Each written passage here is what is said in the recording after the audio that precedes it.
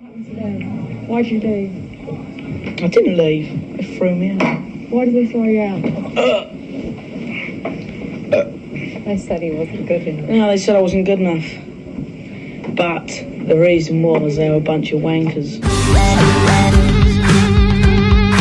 What is there one particular time in Eater that you remember with sense of I really enjoyed that? Because I think it all got spoilt a bit for us. I liked it when we went to Belgium. I thought that was so funny. Oh God, yeah. Forgot about because we were there with like Dave, and Dave, I think she was like either Dave's girlfriend or she ran the studios where we were recording. Ruth Lowe. Ruth, and I think we didn't realise we were going until sort of like the last minute. I think we were taking someone else's place or something. Well, I got a call because I was living in Caruso's flat. He was in Japan or something, and he let me have his flat. And the phone call came through for him, and it was this Belgian promoter. And I said, "He's away, but I'm the singer." And he said, "Do you want to come to Belgium?" And it's like, "Fucking hell, we're going abroad." I remember having to go and get a passport because I didn't have a passport. Yeah, I had to. And that was great fun. And it was a good gig as well, if I remember rightly. It was a very exciting kind of gig. Everyone was really into it. And then we had that, I think we had a drinking contest afterwards because you said you could drink everybody under the table out of the rest of the band. And we were going, yeah. And we had, and I don't know who won that drink. I don't think anyone ever wins a drinking contest really. But I think I accused you of cheating because I caught you pouring some of your drink onto the floor. I probably did cheat. But we were in a hotel and we got raided, didn't we, by the Belgian police, and we were suddenly kind of very quiet because they all had guns and everything, Yeah. Why did they get called? I think there was a girl that was there that the girl found our behaviour so outrageous, that but there was a girl with us as well. I remember we'd smuggled somebody back to the hotel, though she wasn't allowed to be there as well. Yeah, or maybe her parents had phoned the police or something, I don't know. But I remember when we arrived and we couldn't get into the venue or the hotel or something, and I think by that time Dave and Ruth, is it Ruth? Yeah. Were fed up with this, and they said, "Why don't you go for a walk round?" And Brian and Ian had their guitars, and we went to this bar, and we saw that the massive pints of beer in that bar. Yeah, the beer was arriving in these massive jugs. Yeah, but we didn't realise that you were meant to pour those out into a smaller glass. We were like drinking. And then I think we wanted to go and see the mannequin de Pisse, the statue. So we went out and we were asking people where it was, and we went and found it. And then suddenly Brian said, "Where are the guitars?" We had to retrace our steps back to this bar to get the guitars, otherwise there wouldn't have been a gig that night. It's quite lucky they were still there, really. And I think because we had to use, they had to hire a drum kit, and I kicked it over on the first night, and they weren't very happy. The venue. I also remember when we turned up at the venue on the night, and it had, because Eddie and the Hot Rods had played the week before, and it had been like a massive success. And they put Eater from the UK, just like Eddie and the Hot Rods. Yeah, just exactly like them. Yeah. But it's interesting though, because in my mind as well, I kind of like contrast the Belgian experience with when we went to Rome and played Road to Ruins, whatever it was called. God, yeah. I forgot about that. And we upset the promoter, didn't we? And he cancelled our cab back to the airport. Yeah. So we commandeered the other band's cab. They were standing there. Goes, well, they were quite accepting that this was not their cab. We knew that ours had been cancelled. I think they were called Fast Cars, weren't they? The other band. Oh, right, it was that lot. Yeah. And we jumped into their cab and went to the airport. I don't know why. We didn't go down well, did we? Because people came up to us. They said we were playing too slow. We were. I think it was we'd been there too long, and we'd played a gig the night before in Northampton, and then we'd gone to the airport. That was a mistake. You opened your. That was the time when you opened your guitar case at the airport, and your cat had done a poo in the guitar case. I remember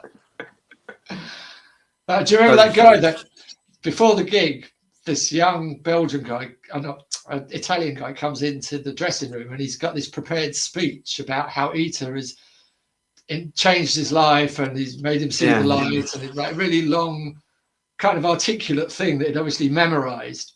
And then we played a shit gig and he didn't bother coming back after the gig. I wish I'd filmed him saying that, because that was funny. Yeah, that would have been the highlight.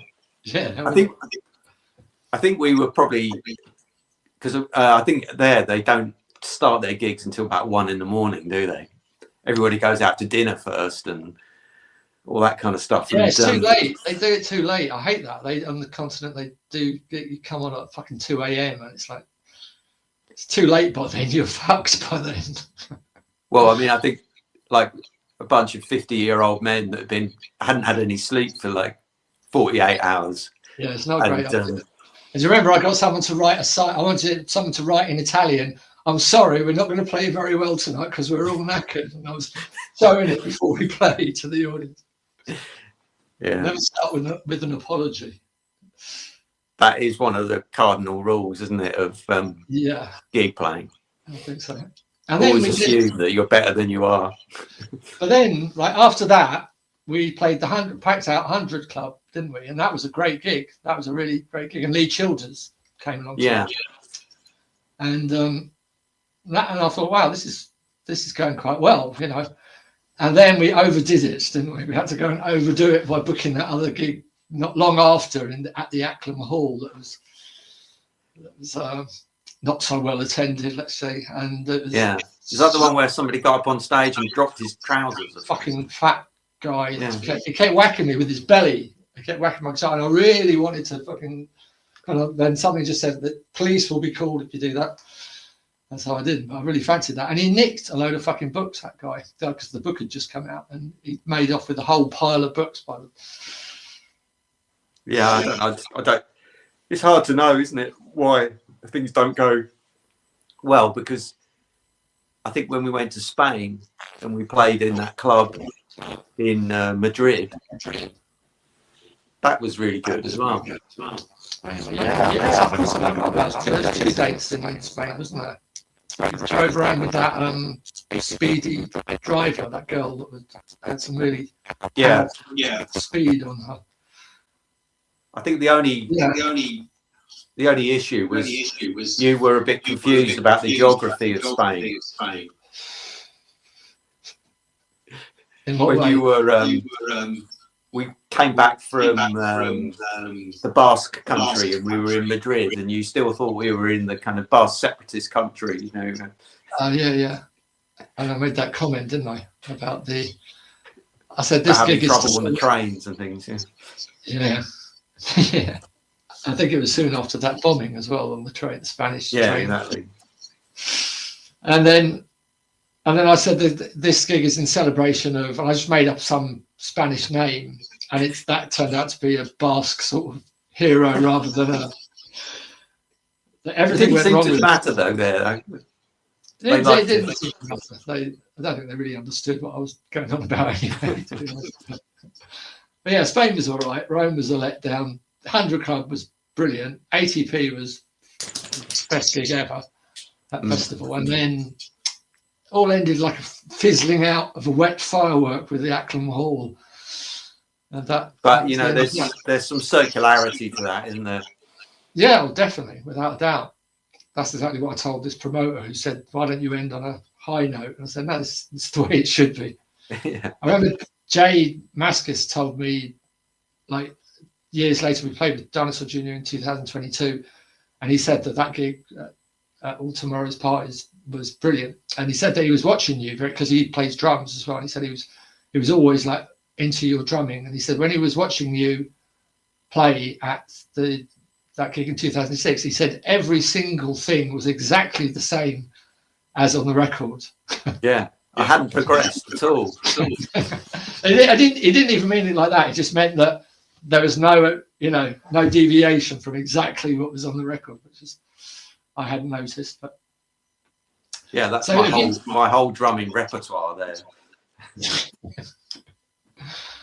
Well, you did all right on the. I mean, those gigs were good. The 100 Club one was especially good sound as well, and that was just a 3-piece. It was only me on guitar, Steve O'Shea bass. It was good. It was a full sound, pretty good. Quite amazing when I think back, actually. Was it? I think one of our in one of our promotions for that gig, we said we haven't rehearsed, we haven't progressed musically. It's going to be great. Yeah.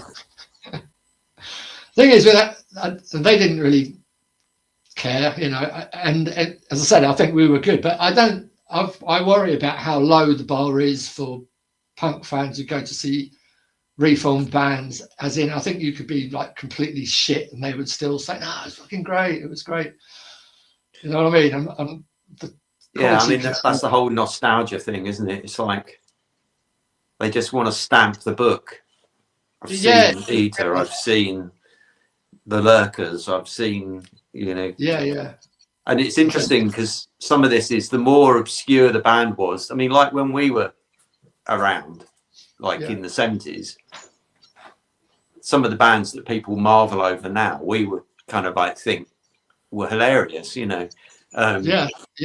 Johnny Moped. He was at school with Rat and Ray. That's right. No, he was mates with them, wasn't he? But I found that because we were there from the start, we sort of knew the bands that all the other, like the Clash and the grown-up bands would say, "Fucking hell, what the fuck's that?" And we'd say, "Yeah, what the fuck's that?" About Sham 69, about various other bands I better not mention because I always get into trouble when I do. But they don't. So people that go on into punk later on, or just a little bit later on, who just take all of those bands as equally as brilliant. It's like they weren't in on the jokes about why Jimmy Percy was a bit of a dick, really, or why Johnny Moped was a laugh, but not to be taken seriously, And do you know what I mean? And so whenever I try to correct people about that and say, well, actually, they were always considered, it's like, oh, you sound like a bitter fucking blah, blah, blah. And it's like, it's not a case of that. It's just a case of knowing what the hierarchy was. And but that's the strength of that impulse for nostalgia. It's like they'll even argue with someone who was there. Yeah. And it's like, how dare you? It's almost like how dare you insult? And it's like at the time, everybody was insulting each other's bands. It was like what you did. But now with nostalgia sheen on it, it's mean if you say that, The other thing that annoys me is people kind of start cancelling kind of people because they're not like they were in the 70s, Like somehow being in a band means that you have to kind of become transfixed in that state for the rest of your life. That you don't kind of grow up. I mean, particularly for us, because I was 13, 14, 15, it was all over. But people kind of get disappointed, when they see some footage of you in your 20s and you kind of you speak properly, and kind of have read a book, and that kind of thing. It's like people want you to be kind of forever, as you were in the 70s. It's just not possible. It's not humanly possible. It's not possible. And like you say, there's a kind of the punk collector type people. They like to meet someone. As you said, they're kind of ticking it off. It's almost like they're collecting you, and it's not the same vibe as a fan. It's kind of a gig, That's why I don't get involved in all that kind of stuff, because I kind of feel like it, for me, it's in the right place in my life. It was when it happened. And I did enjoy the reunion stuff, But I think the fact that it kind of happened and then it petered back out again is actually quite fitting. And it's not the same as what you're doing now, because you've done a lot of new stuff, and in a sense the band that you're playing with now is a very different, it's like kind of reformed and remodeled, isn't it, really? Remodeled, isn't it? Because I mean, I would never have, I mean, at the time when I met those guys, just before I met them, I'd been asked quite a few times, do we want to do this, do we want to, and just the very thought of like playing with, you know, Brian, and Ian wouldn't do it anyway, but like older people playing songs somehow just seems not right. And it was, and I always just said, no way, I'm never ever going to be doing that again. And then it's just this chance meeting with this band, and we tried one rehearsal and it worked. It made sense then suddenly to do that. And I think there's ways to do it that are right, and there's ways to do it which are just for nostalgia's sake and for churning out stuff. And it's so yeah, you're right. Good observation. I'm glad you made that observation. Also, I find that, you know, Eater in a way has been an albatross around my neck as far as solo stuff goes, which is obviously my main project. And now it seems to have found a bit of a balance, which was not there before over the last 3 years, which I think I'm quite pleased about. But yeah, you do stay out of it, don't you? You're kind of you keep a low profile. Yeah, I try not to be dismissive of it. I was in the past, and it's a bit like this thing about the sacking. You know, like at times I did kind of bear a bit of a grudge about it, but now I kind of like think it's ridiculous to bear a grudge for something that happened when we were all kids, basically. Yeah. You know, so I just, like you said, I'm quite philosophical about it, you know, and I'm not unhappy that it happened. I'm glad that we had that experience. I'm glad that I had that experience. But I'm not going to be kind of like looking back and wishing, you know, and trying to recreate it in any way, you know. I've done lots of other things as well, which I'm happy about. But if people contact me and say, I was really into Eater, I've got one of your records. Very often they show me the record and it's a picture of Phil anyway, you know. So. And I say, look, mate, I'm better looking than that. No, I don't. You are, though. Oh, you are. No, yeah. So a lot of people don't, you know, a lot of people's appreciation of Eater is kind of post the first two singles. Although I think Outside View and Thinking of the USA are the most memorable. I think recordings, aren't they, really? I think you're right. It's interesting with No Brains, because I think we said this last time, and I think you agree, that if we had released that as a single, it would have become like a kind of punk anthem, you know, and we would have been kind of on top of the pops, and you know, I'm certain of that. I'm certain of all that kind of stuff, which probably would have not been in keeping with the Eater story, really, having that amount of success. It would have been interesting to see that parallel universe Eater where we suddenly became very successful. But I think that's the thing that pisses me off most about Eater, was the fact that No Brains, after we recorded it, did the sleeve for it, that great sleeve on Abbey Road and everything, and then it turned out to be just some fucking publisher from Campbell and Connolly who suggested, oh, there's a lot of screaming on that, why don't you do something else? And Caruso, instead of saying fuck that, it sounds great, he said, oh, maybe you're right, because he didn't know what he was talking about. And so we then recorded USA instead, which is a good single, but it wasn't the same impact that No Brains would have had. No Brains was very much more in keeping with punk rock, outrageous kind of stuff. And we had the pig's head that we were chopping up on Abbey Road on that famous zebra crossing. I think as well, it would have appealed to our kind of young fan base. So like the younger people that related to us because we were the youngest band would have got into that. I mean, it's a great slogan, No Brains, and it's a pity. I think we spoke about this before. Like, I wonder if there's a parallel universe where Eta. Well, there definitely is. If you believe in that theory. Yeah. I'm not sure whether I totally believe in that theory, but I'd never discount anything. And so, well, there's another universe. There's another parallel universe where I turn up to the rehearsal with rat scabies, and you say, "Oh no, you're too young, mate." Yeah. And send me home, and there's all sorts of other different variations of that. But I think the success. There's one where I become like a drummer in the glitter band as well. The successful Eta parallel universe would have ended in tears without a shred of a doubt. I was already, really big-headed, and Ian Woodcock started saying stuff like, "You're on a real fucking star trip," and that was just with moderate success, So I can well imagine kids and fame, probably not a great combination to have. Yeah. And probably would have died of some OD at some stage in 1979 or something like that. It's surprising, isn't it, how few. I mean, there's the notable exceptions, obviously, with Sid and a few others, but there's so many of the people that were, around when we were around, who are now old. Yeah.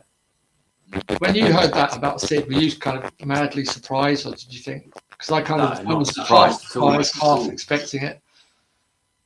Yeah. No, I wasn't surprised at all. Were you there that night that I got attacked by Rotten and Wobble and the two Johns? You were there because I've got a hazy memory of you, because I know you said you were there. I always thought it was just me there, but then so you turned up later, did you, or did you turn up with me? No, we were in a car with Nora and John and do you remember, like, John kept on getting the steering wheel and going like that? To scare us, because we were sitting in the back. That's like something I would do. Are you sure? I'm not sure he was with us. Because did you come to Tony Parsons' flat when we picked up some speed? We might be talking about two different nights. Maybe we are. I just remember. I think probably. I remember, and when I spoke to Jar Wobble about this and went to one of his gigs and saw him, I had a chat with him afterwards, because I remember them filling up the sort of squeegee bottles with pee and coming and spraying us with them and that. But do you remember that bit? See, that maybe I'm getting the two nights confused, because I was on my own with Nora when you weren't there when I crashed the car, were you? No. No. So I'm pretty sure that was the night I went back and squeezy bottles happened. But I could be wrong. Who knows? But probably what happened is that, and what used to happen a lot back then was, you would kind of fall into a little group of people and then be hanging out with them for a few days, doing lots of things with them, and I don't know how we ended up, because we were seen as not really that, cool to hang around with. We ended up, like in that little kind of cohort of people, who, because I remember going to Nora's and sleeping there, and that was like unusual, but I remember once when I was at the Roxy, I don't know if you remember that photograph of me and Sally that's in, I think it was the NME or something. Yeah. Oops, you've gone. Right. Yeah. Okay, sorry about that. So can we go back quickly to that? So it's going to be really boring to recap this now, isn't it? Anyway, maybe we'll just leave that bit. But I'll just say I think there were two different times, or there's probably more than two times that we went to Nora's. But I'm not so sure. Yeah, it was like we were really, really young, and I think that sometimes what you remember is like episodes and little flashes of what's actually happened, and then your adult brain actually kind of puts them all together. So what might have happened over a couple of nights becomes like one night, or I might be misremembering, and I definitely got really strong visual images of being there on what, or at least one of those nights. Yeah, well, there was that one night that you mentioned where we were sitting down in her lounge and there was those unusual magazines on the table. Yes. Yeah, I mean, I was more used to the Beano annual. Yeah. Do you think she did that on purpose? I mean, is that kind of a Jimmy Savile move? Oh, we've got these magazines. Why don't you flick through them, lads? Yeah. I think there was an unexpected, it was a series of photographs with an unexpected conclusion. I seem to remember. That's very odd. Maybe they were John's mags. Who knows? But but there was one stage where she said, you know, oh, you can come and stay here whenever you like. And I was having trouble at home as normal. And so I thought, you know, I've never moved out of home before. I've never lived in another place. And I seriously contemplated moving in to a spare room. But then I can't handle it. I went, there was one final night, I'm going to make my mind up now about this. And I was with Nick Holmes. You were probably there. And I remember sitting downstairs and we were drinking and had some speed and all of that, flicking through some unusual magazines. And then I could hear Nora saying, Andy, come upstairs. And then Nick came down and he goes, Nora's run a bath and she wants you to come upstairs. And I remember thinking, I can't handle this. And if I lived here, this would be happening every fucking night. So I didn't. Nick was really up for it. He wanted to go and get in the bath with her, but she didn't want him. Don't know what's wrong with Nick. He was fitter than me. But were you kind of personal friends? Did you came quite close to Nick, didn't you? I remember he used to really. Yeah, I saw him a few times after Eater. Because I had a load of stuff at his house. I remember going over there to kind of pick up some stuff from his house, and him kind of like saying, "Oh, it's a shame, isn't it?" But I knew really from what he was saying that he kind of knew more about it than he was letting on. Because you know, when we were at I think it was Riverside Studios recording, and I think Dave had said to me, "Oh, you don't need to come for a couple of days because we're just doing overdubs and vocals and that kind of thing." And when we were doing the album, because we'd started the album, I think just before I was sacked, and like Nick was with me, and he said, they said like I'm going to come and kind of like keep you company or something, you know, while they're finishing off at the studio. And I said, well, no, I'll go and see what's happening. And he was going to say, no, don't. And so I think his kind of loyalties were a bit sort of stretched. Yeah, because I know that he really, you know, when we were together as the band with you, and he was quite close to you, and he thought you were brilliant, and there was a sense of loyalty then, which is what surprised me most when, you know, I was at the Dingwalls one night. Ian and Brian had been talking and came over and said, "Oh, you've got to phone Dee and tell him he's not in the band." I knew that they'd been talking about it, but I thought they were just talking about it and nothing. And so that was my first sense of loyalty, betrayal, you know, and I really didn't like it. I still feel really uncomfortable just thinking about having to make that phone call. I didn't really know what to say. And then to fucking dig the knife in about 2 months later, when we had a tour planned for the album, Brian says, "I'm leaving." This is like a week before the tour's about to fucking start. And so, you know, it's like, I hadn't learned at that stage, someone's got to be the fucking boss in the band, you know, and otherwise, you know, you can preempt these things happening. But yeah, you were telling me about poetry and that. So to explain again, this is, what would you call this? A poetry group? yeah, it's just like a kind of happening, I guess. You know, like it's like a bit like a open mic night for Right. music, but for spoken word. I So see. they just put an advert up, and they've rented a studio, All and right.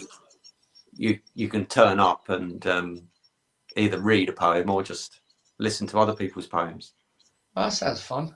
I've It never is heard good. of It is really good, and it's kind of really non-judgmental. So they don't have to be great poems, Right. and because there's a lot of them around in this sort of Midlands area, they invite, you know, poets from other poetry groups to come. So you get somebody, you know, and some of those people have actually published books and things like that. So you get like one person that comes from somewhere else, you know, who reads their poems. You know, so it's interesting. I mean, I'm not, you know, I haven't got any pretensions for being a kind of writer or anything like that, but I do like, you know, being able to write down things that fun. kind of express something about how I'm feeling about life, you know. I think all of those sort of things are good to do, and they're also fun. I find them really fun to do. I like writing silly sort of funny poems. I found a thing that I really got into lately is I used to, if I had a good dream, like an interesting dream, I would write it down. But sometimes you just can't write what happened in the dream because it's so fucking crazy. Like, you know, you find yourself fixing an old go-kart with an ex-landlord kind of thing. It makes much sense. But if you draw it, if you try to draw the dream, and I do pretty crude drawings, but they're great fun. And yeah, I did a lot of drawings of dreams when I was, well, soon after I left art school, I went and trained as an art therapist. And I was quite interested in that whole idea of using art as a sort of therapeutic thing.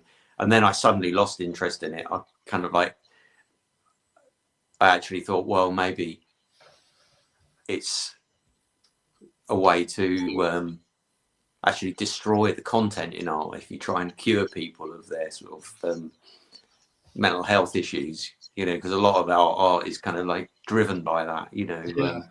So I kind of lost interest in it quite quickly. But I did used to, like you, I would write an account of a dream and say, well, it doesn't actually make sense without the images, you know. So draw the picture as well. I had a dream the other night that I was dancing. I was in a pub with Mark Laff from Generation X, and we were chatting at the bar, and the barman says, do you mind, he mistook us for famous dancers, and he said, would you mind getting up on the table and giving us a dance? And so I had this dream of dancing away with Mark Laff on this tabletop. I do get premonitions. Have you ever had premonitions in dreams? Like little things. They can be just somebody that you've not seen for ages will get in touch the next, or turn up at the door the next day. And I actually had a premonition that my dad died 2 years before he did. In the dream, I was on holiday in France, and I got a call saying, you've got to come back to London because Dad's dying. And then I thought, that's a horrible dream. And it felt really vivid and real. And then 2 years later, I was on holiday in France and I got a call. And so that part of dreaming seems pretty self-evident. You've had some, I don't know how it's done, but somehow you've tapped into something, that some event in the future. But with trying to suss out why you're trying to fix a go-kart with a previous landlord, so I can't suss that out. Yeah, or dancing on tables with an ex-drummer of Generation X. Did you see? Have you seen any of the? I mean, not gone to see, but on video, seen any clips of things like that? Like Mark recently did an Generation X tour with different. No, people. I don't. I haven't seen any of it.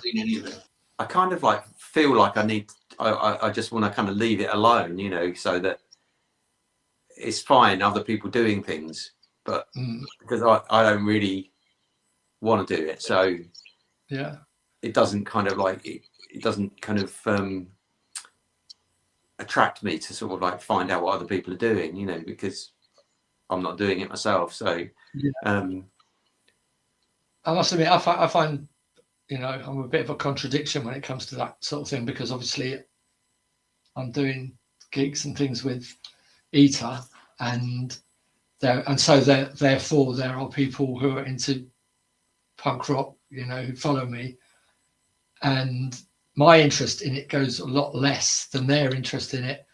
And as far as the whole nostalgia thing, I just feel like I'm playing in a band, and I like doing, it's fun to do. I always do things, if they're fun, I'll do it. If it's not fun, I fucking definitely won't do it. Yeah. And it's fun. And so my reasons are a bit different, and I can't quite understand why it's fun.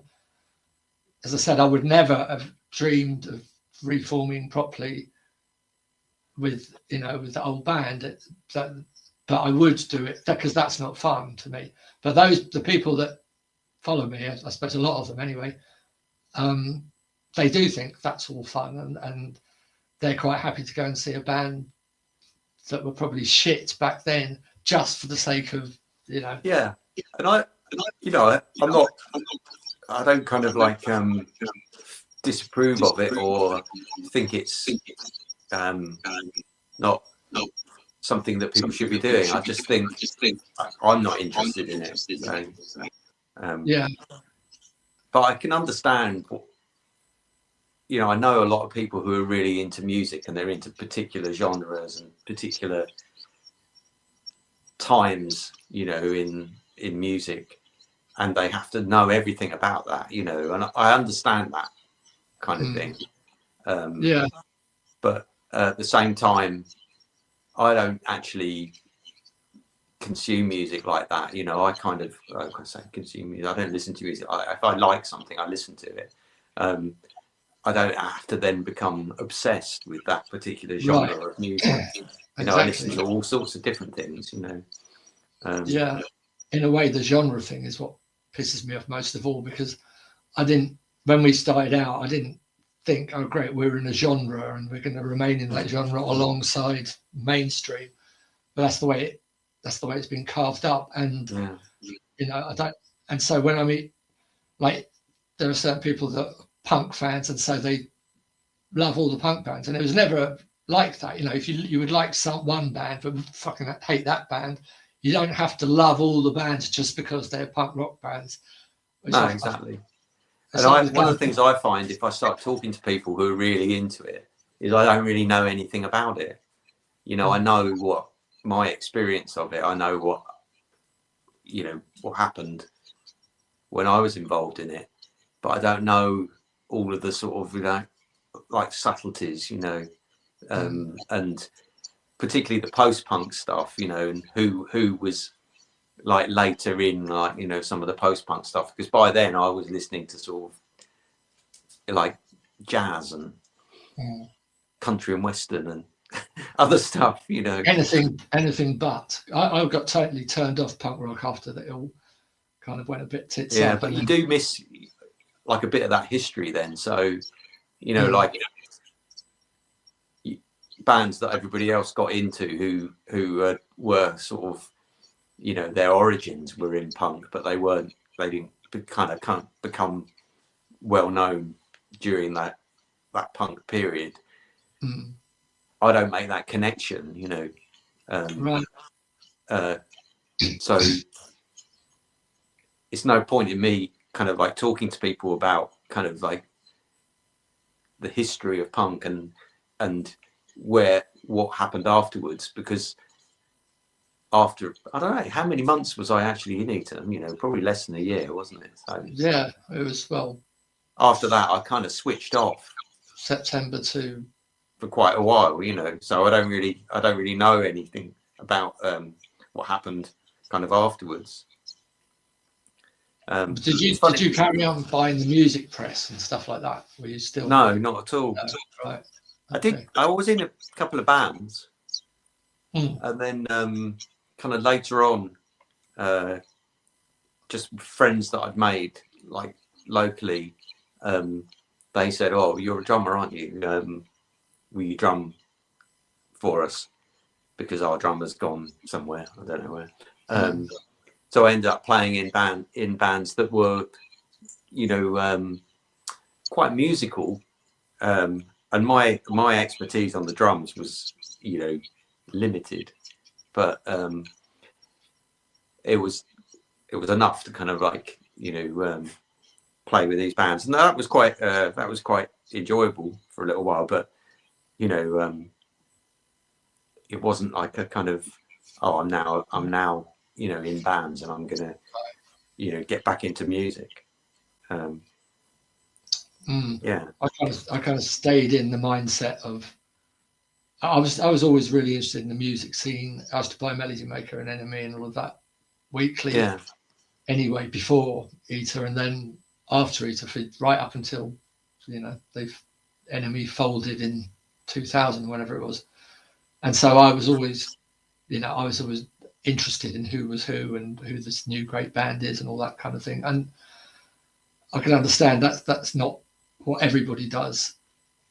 But well, I used to be like that. I mean, that was exactly how I was before. But I think what happened was, you know, after like Eater and then after the band after Eater, I kind of like thought, well, this isn't going to happen for me. And I think I probably swapped that kind of obsessive interest in, you know, to other things, you know. So like particularly when I was at art school, you know, I would be looking at a lot of art, you know, and I'd be going to exhibitions and you know, that kind of thing, you know, and it kind of became like that became my focus really. But it's interesting now because I listen to a lot of music now and I'm very sort of, you know, that sounds a bit corny really saying I've got eclectic tastes, because that makes you sound very indecisive, doesn't it? But I was listening to, you know, Roland S. Howard, you know, was it Birthday Party, wasn't it? yeah. And I didn't know that he wrote White Wedding, you know. I didn't know that. Yeah, it was his song, isn't it? I didn't know that. Fucking hell. Did write that song. So I've only just like the last day, you know, I kind of like listened to it, him doing it, and I thought, oh, well, he obviously wrote it, because obviously Billy Idol didn't write it, did he? Well, yeah, I don't think he wrote very much, really, did he? He's still going, old Billy. He is, yeah. I know he takes his top off far less on stage than he used to. Yeah, well, thank fuck. I mean, Iggy Pop should take a tip out of his book, I think, on that one. Well, I think Iggy Pop is just generally doesn't wear clothes, does he? I've read about him. He just sits around in his house with a parrot, naked. I don't mind him doing it in his house, but he hasn't got to get his kit off every time he does a gig, you know. I thought the whole point of that is, look at me, I've got a great body, but if you're suddenly don't have that confidence, can't have that confidence anymore, then I went to see him at the Rainbow with Bowie on keyboards. Oh right, that must have been a great tour. Yeah, it was quite interesting. I was reminded of it the other day because I was reading about, you know, how, you know, like Bowie had this bit of hiatus, didn't he? You know, and he got very kind of like focused on trying to kind of help Iggy Pop, you know, revive his career. And he did a whole tour with him, didn't he, on keyboards? And that's right, yeah. And it was just after I'd been in Eater, I think, that gig was at the Rainbow, and we got like, I don't know how we got it. I don't know how we got the tickets, but we were like went backstage as well, and everybody was like in the backstage kind of like party was kind of, oh, you know, David Bowie's going to be here soon, and he never turned up. Nor did Iggy Pop. It was a backstage party without the headline. That's the worst. And his pianist. You're going to the after show. You're going to the after show. Yeah. And yeah. Say it's like, oh, I didn't show up, but they were probably having a better party somewhere else. I'm sure. I'm very sure. How about Rotten? How do you feel about his progression from being a very cool 21-year-old to now? I kind of like, it's interesting because I really liked early Public Image Limited, but I think that was much more to do with like Keith Levine and his kind of musical input into that. You know, his guitar playing was reminded me a lot of like kind of Syd Barrett, kind of, you know, just going completely sort of messy, kind of a bit messy, but somehow, yeah. And then I did bump into them a lot, you know, because they remember Sally. Keith was renting the top floor of her house, and when I was a student, I kind of like ran into Sally again and started going to her house, and Keith was living on the top floor with Jeanette Lee. You know, remember Jeanette Lee? Yeah. I think it was around the time when they were kind of Jar Wobble had left, and they were kind of more of a recording band than playing live or anything. So I had a chat. I had quite a few chats with him, and then John was there for one night, and I sat up all night chatting to him, trying to kind of like convince him that the first Pink Floyd album was really good, you know. And I knew that it was in. I couldn't find. I found the cover of the record, but couldn't find the record, so I could never play it to him. But I was talking about it anyway to him. But I don't know why I decided to kind of, take on that challenge. But so I had really interesting chats to him then. But I think it's like I was saying about having to try to kind of stay the same as you were in the 1970s. It's really difficult to do, you know. And I feel sometimes I feel a bit sorry for him, you know, that he feels obliged to be outrageous, but it's really hard to be outrageous now, you know, because, you know, the whole kind of the only way you can be outrageous is to be like some kind of, you know, punk version of Nigel Farage or something, you know, which that's the only thing that gets people upset, you know. If he was saying loads of really right on things, people would just be saying, oh yeah, sound, very sound, you know. But I think he feels obliged to kind of like take the opposite view, you know. Yeah, it's contrary. Is the sort of anti-woke kind of like view, you know, seems to be, it bristles more with people than saying, you know. So I think that he's got himself in a bit of a trap, really, because I think a lot of it also has to do with, I reckon anyway, the way that, like in the old days, if you liked a band, you didn't give a fuck who they vote for. You didn't give a fuck about what their personal life is, or their play. You just like their music and the image, and that was what you. I remember us having a conversation about this once, about us when we were in ETA. We didn't know what left and right wing politics was. You know, we didn't. Yeah, I had no idea what really. I remember you saying once that when everyone was talking about anarchy, you thought it was pronounced anarchy. That's it. Anarchy in the UK doesn't even scan properly. But that interest in the personal details of, you know, an actor or a pop star or whoever has become, because of the internet, I suppose, has become like an all-encompassing part of it. And so, and because everything's all divided now, left and right, and all the different factions within them, it's, you know, it's like you can like that people will like a new band or the band that they've liked for ages, but then someone will discover that once they voted, you know, Tory for a few years, and then suddenly that plays a part into people's appreciation of them. And I just find all that, you know, a bit stupid, really, because I didn't give a fuck if Sparks were right-wing surf Nazis, as the editor of Enemy described them to me once. It's just the music and the funny lyrics that I liked, and so I don't like the way that that's become so kind of part of music appreciation. It's like when Brigitte Bardot died recently.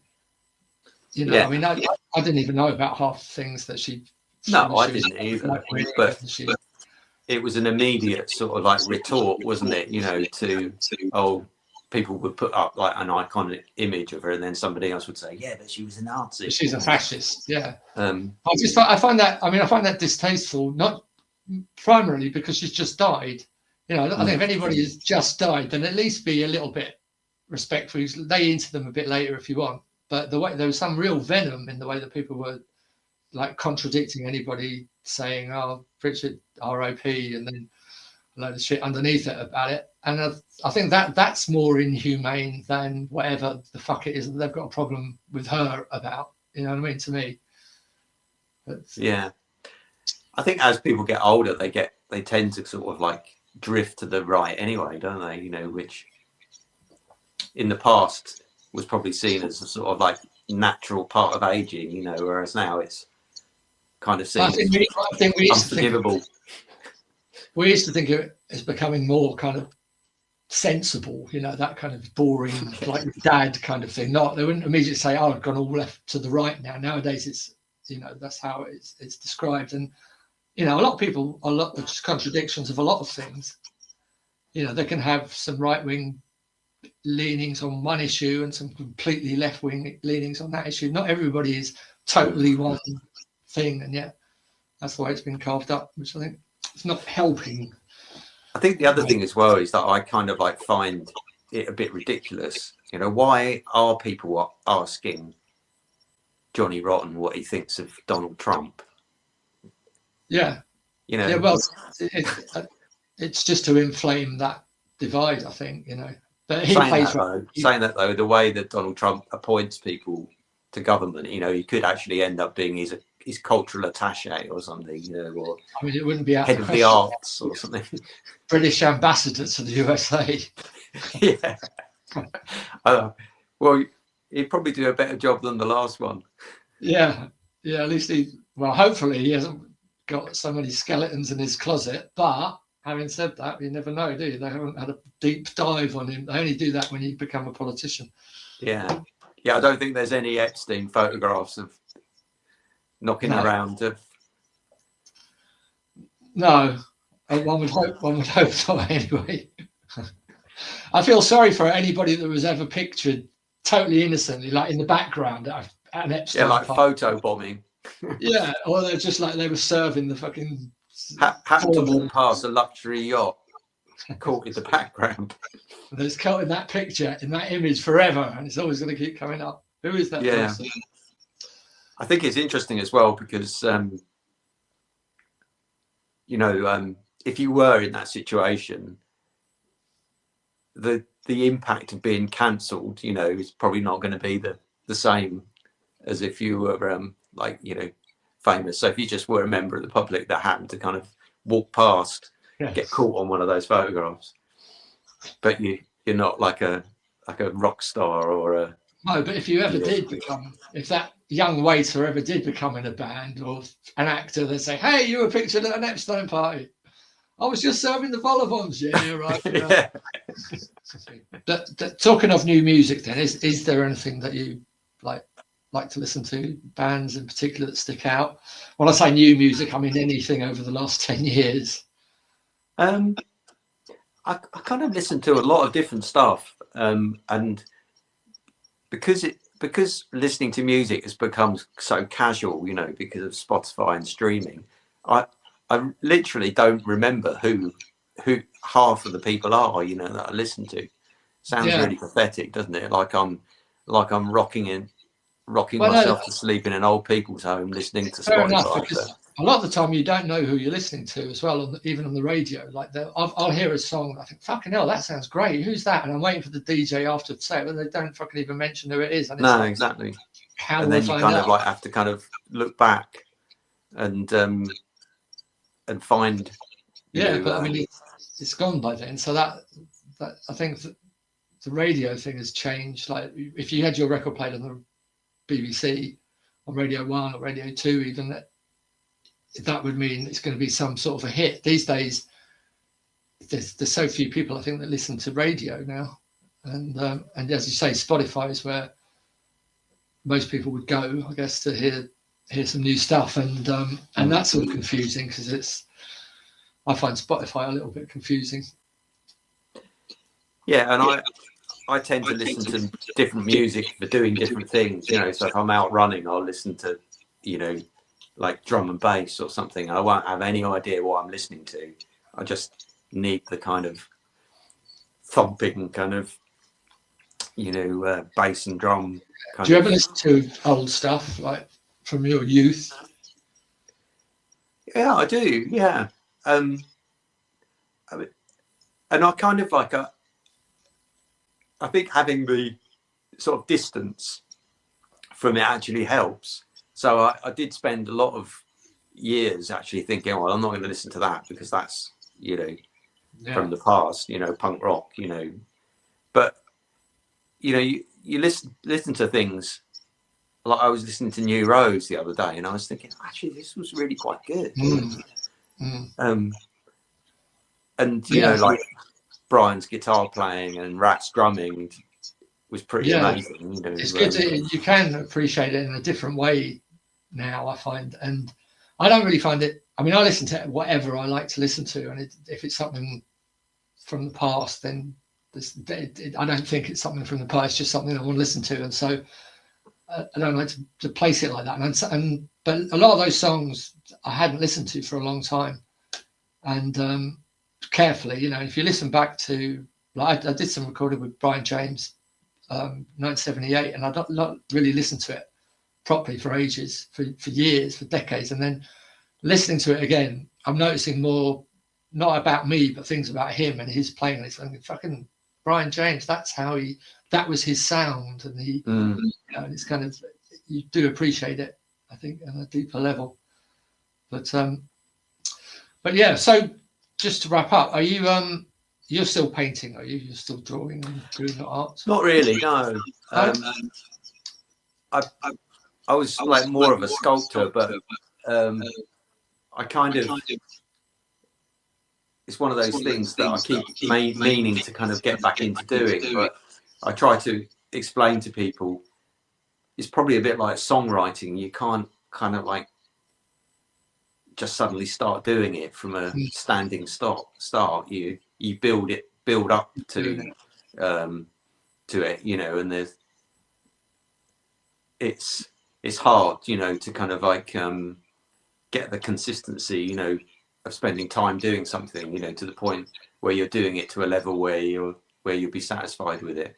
So I keep on like putting it off a bit, you know, and thinking, oh yeah, you know, maybe in the future.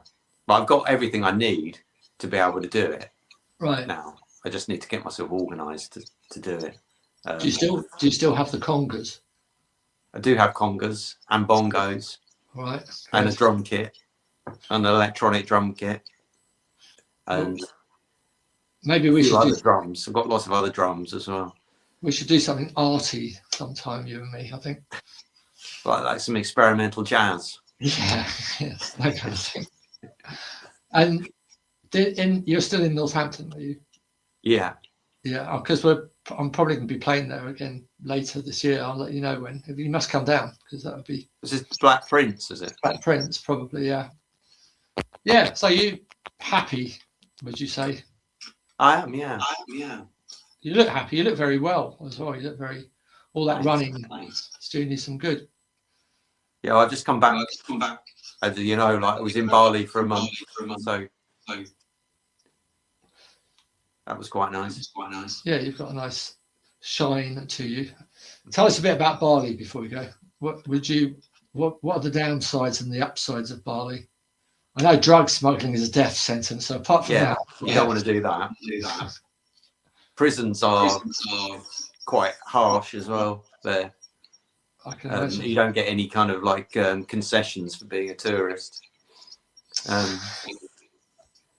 But it's a really interesting place and really friendly place. And you can. It's the sort of place where you can kind of hang out, and you can kind of, you know, you want to go somewhere, you just wave, like get on your phone and get like a man arrive. You get I think they're called Gojeks. You get like someone arrive on a little scooter, and you jump on the back, and they take you wherever you want to go. You know, and it's like 50 pence or something. You know, Wow. and there's lots of really beautiful beaches. It's pretty chaotic as well. They're trying to actually calm the tourism down a little bit, because they got something like 12 million visitors or something, you know, in a year. Which is, what type of people go to Bali? Well, it's a mix. It depends where you go. So in the north, it's all quite mystical, you know, with temples and waterfalls and jungles and it's much more rural.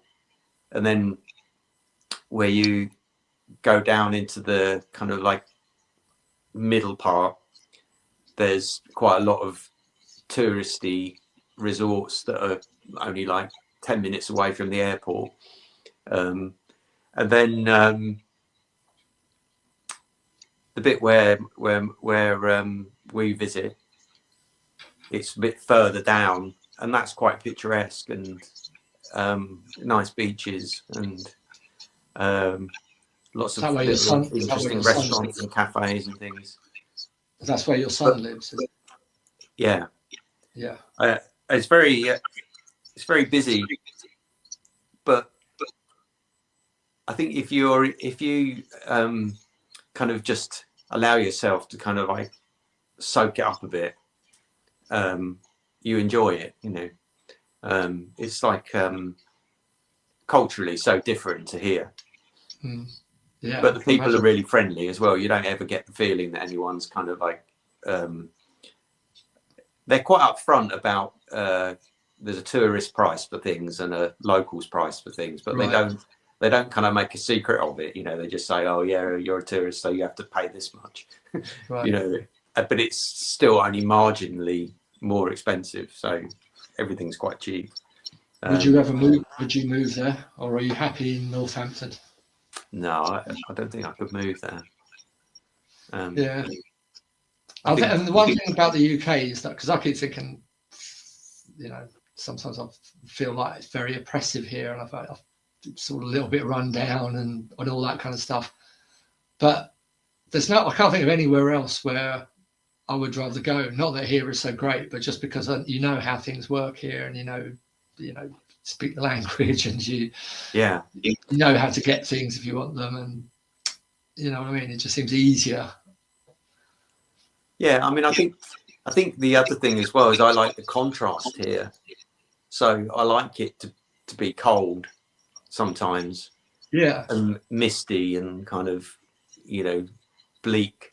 But Bali, it's like 32 degrees every day of the year, you know. So it's, I think I'd miss the kind of I spent a long time in California, and I at first I thought, this is great, it's just sunny, and it's December and it's hot and sunny, but then you start, you know, as you say, you can't. I miss the seasons.